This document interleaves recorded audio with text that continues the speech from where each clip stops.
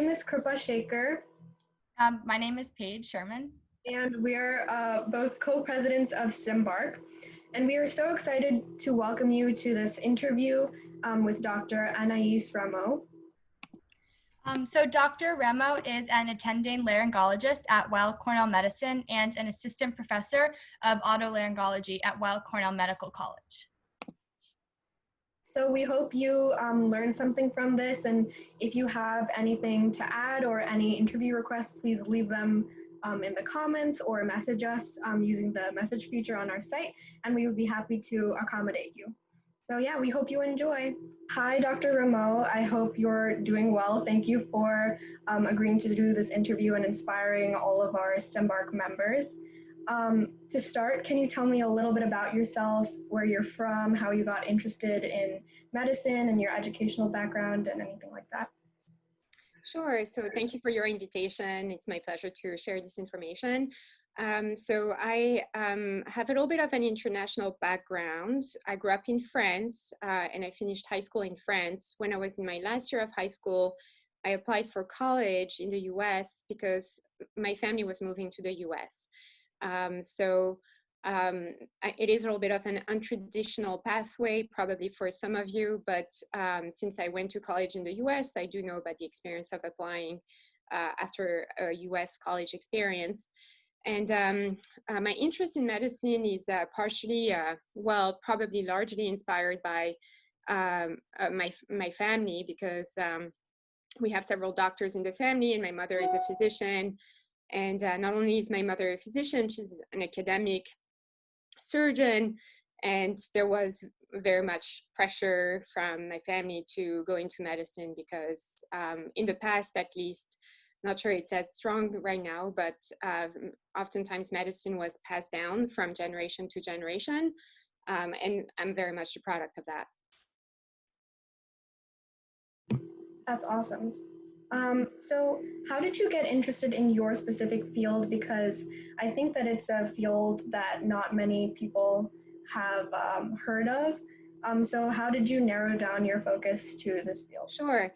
So I think either people don't know anything about otolaryngology or ENT, or they know a lot about it, because some people have had a lot of ear issues or tonsil issues or sleep apnea when they were kids, and actually the main doctor they went to see was an ENT doctor. So it really depends on the experience. But so when I was in medical school, I really very much was looking forward to a career in global health, and I thought I was going to become an infectious disease doctor, until I stepped into the operating room, and the first case I saw was a neck dissection, and I thought it was the most beautiful thing I had ever seen.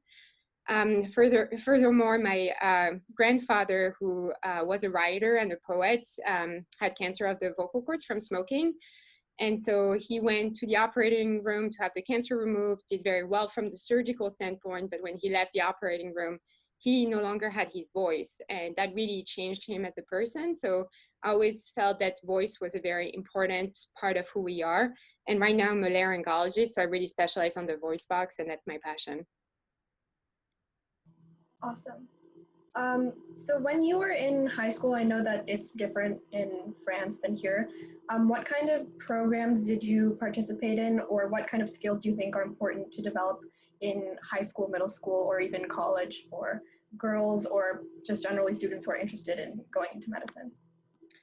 Yeah, so I really think it's very important to have a strong foundation in both the arts and sciences. When I was in college, I actually double majored in philosophy and chemistry. And part of that interest was actually because our high school education in France was very strong in both the humanities and the sciences. And I think that overall, that's been the best asset I've ever had in life, because not only can I do the science, and I'm very comfortable with math and physics, and we never had anyone tell us that women were doing less well in math in France, so I don't know why that's common in the US. But I was also very comfortable writing. And I think actually that verbal skills and writing skills are very, very important as you move forward in life. For me, for instance, a lot of what I do is write articles and also review articles for journals. And certainly having that critical mind and being able to express myself at a level that is on par with other academics really helps me navigate this world. So what I recommend to high school students is to not just be too focused on one narrow field of a discipline, because you don't know what life is going to be about. You don't know what skills you'll need in the future. The world is changing so quickly. 10 years ago, I didn't know anything about AI, and now I'm trying to learn computer science because that's something that I didn't acquire earlier on. So you really need to have a broad mind and a broad skill set, especially in high school. And in college, I do recommend that you don't be that pre-med who's only doing biology because they want to go into medicine, because first of all, it's really boring to med school admissions offices, but also it's just, you're not, you know, the rich person you could be. So be passionate, study what you love, and try to be balanced in not just one discipline, but try to study a few things. Are there any challenges or things that you've overcome throughout your medical career, and what have you learned from those, and what advice could you give to other students who may be struggling through something similar? Yeah, so fortunately, most of you at this stage in your lives, you haven't had you know, some of the hardships that are part of, you know, a normal human life. And there will be difficult times, you know, family members will pass away, difficulties with failures. And you know, the main thing you have to get out of these experiences is that they actually are very rich learning experiences. And any challenging time is actually going to be a very very personally rewarding experience in the long term. I've had many challenges in my life. When I realized I wanted to go into ENT, I also realized that it was one of the most competitive fields in medicine because it's a surgical subspecialty. You can do facial plastics if you want to afterwards. So a lot of very top students, especially in the US, want to go into ENT. It's a really cool field. I mean, I love what I do. But anyway, so I had to take the step 1 exam, and I really sort of panicked over that exam because I really wanted to have a good grade. It's so interesting because right now the step 1 grade will be pass fail, so it doesn't even matter. But at the time I took a year and I did research, and I studied the whole year for this exam. And in the end, I got a very good grade that got me into Stanford for my residency. But, you know, in retrospect, it came at a lot of personal losses. My significant other at the time, our relationship fell apart, and that was very difficult. So I think it's important to have some kind of balance. And I think that's what I learned through that experience, that, you know, career is important, but your personal well-being is also equally important. So you need to strike a balance. In order to be performant, you need to be happy. You know, in order to be able to take care of patients, of students, you need to be also taking care of yourself. Yeah, that's an amazing piece of advice, especially now. I know that people are becoming more aware of mental health and how big of a role that can play in performance. So yeah.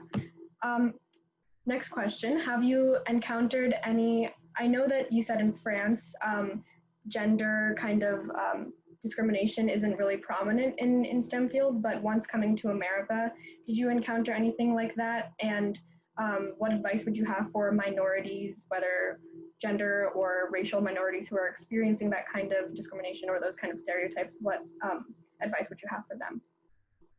Yeah, so I mean, certainly I did experience some form of discrimination because I'm a woman and I also have an accent.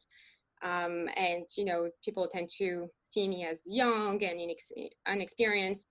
But what I would say is, in general, what doesn't kill you makes you stronger. So if you're able to achieve your goal with that much more difficulty, then you're going to be much stronger than, you know, the white guy who just had like everything kind of set up for success. So actually, I feel I'm ripping off the benefits of that right now because as a female surgeon faculty at a top university, I find that because I've had to work so much harder to get where I am, I'm actually much more productive in my research. And I find that I come up with cooler ideas because I also had a little bit of that outsider perspective. And I also have a lot more confidence because I've gone through very rough times competing with the guys, and I still made it through. So I think that, you know, it's tough, but if you are able to get where you want with that extra challenge, then you probably will be stronger than the rest of the competition, and that only will benefit you in the future. I think, Paige, you can ask the next question. Okay. Hi, Paige. Hi, sorry about my internet No issue problem. before. One concern that we have heard from a few students is that they are kind of hesitant about pursuing a career in medicine because of the costs of going to med school. What advice would you have for students in this situation? I think it's a very legitimate concern. And in fact, I generally advise the undergraduates who come and inquire about a career in medicine to really think about the economics of it. So that was part of my decision-making when I went to med school. I decided to go to McGill in Montreal because it's a little bit of a special situation. I'm a French citizen as well as American, so I could have a very low tuition that was less than $5,000 a year. And that was an important consideration. Other ways you can basically skip payment to med school is by doing an MD PhD program. You can sometimes get grants, but also a lot of med school now have tuition-free pathways. So for instance, New York, NYU, and Cornell Columbia are having, you know, medical schools that are completely free for students who are not at a certain level of, you know, economic background. So I really, really recommend that you do your research beforehand and don't just go to any med school.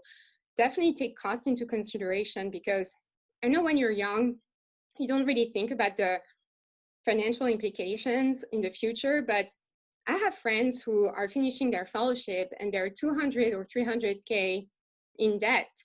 And that's just horrible, because for the first, you know, 5 to 10 years in their career, that's all they're going to be spending their money on, and they can't really save up for a house. And, you know, it used to be the case that doctors were very financially comfortable, and there was this thought that, you know, you graduate from your residency program and you live the grand life.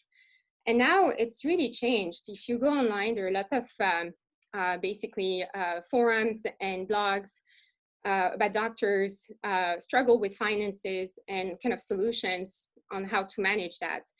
And for instance, the white coat investor is very well known for giving advice to residents and young faculty or young attendings. And basically, the first thing you want to do after you finish your training is really focus on paying off your debt. And, you know, the recommendation is to live like a resident for a number of years until you're finished paying off your debt. So definitely, this is a major issue in America. You know, it's awful that you will end up with so much debt. It can really interfere with your quality of life. So do take that into your consideration when you make a choice for med school. So one other question. So a lot of times, I think students hear about medicine and research being presented as like two very separate paths that you can take within STEM. And I know you've kind of been able to have a career that encompasses both of these. So kind of what inspired you to kind of go into both of these fields, and is that something you would recommend to students? Yeah, I think it really depends. I mean, medicine is so broad. You can really have a very fulfilling life just being a clinician. You can have a very fulfilling life just being a researcher. I like the combination of both because I've always kind of liked diversity in my intellectual life. So in college, I studied philosophy and chemistry, and now I kind of want to see the patients, but I also want to have the time to think about how I can best help them and how I can change the treatment patterns for my patients. So I find it very personally stimulating and gratifying to come up with new ideas, but also be in touch with the reality of my patients and really understand their day-to-day experience. It does come, you know, with a lot of difficulties with my schedule. I'm either writing grants or operating one day, and, you know, a lot of deadlines, but I like it. That's something I enjoy, and also enjoy teaching. So it's nice that I can have diversity in my day-to-day. So one of the sort of like missions of our organization is to help kind of bridge like the kind of gender and minority gaps in STEM fields. Is there anything that you think that we can be doing more to kind of help students? We're particularly focused at kind of high school and middle school levels to kind of encourage students to really pursue their STEM fields. Yeah, I mean, I think your program already, by interviewing people and kind of showing pathways, is very helpful. I think also it'd be helpful to maybe partner with institutions like local universities and find people who'd be willing to mentor students over the summers. And I think it'd be important to match people, with diverse backgrounds, so that, it also, because the real world is made of so many people. You don't want to just find people who are like you. You want to find people who are different from you, because you actually learn something from dealing with that difference. And that's just the reality, especially in medicine. You'll be treating all sorts of people. So. And then is there anything else you'd like to share, like advice for students? And it can be anything. Yeah, so I think your generation is very mature, actually. I'm very excited about Generation Z. I think you guys are very facile with technology. I think there is a very strong sense of feminism and that women can achieve, their dreams. So I think you guys are going to do great.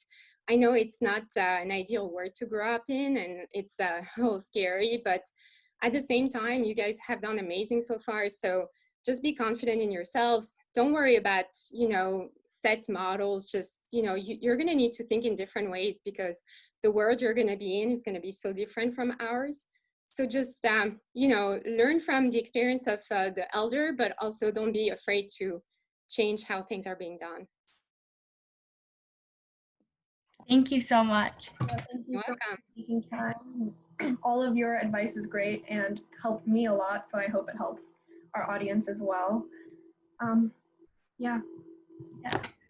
And thank you for being so understanding with kind of switching the times and for sure, no problem.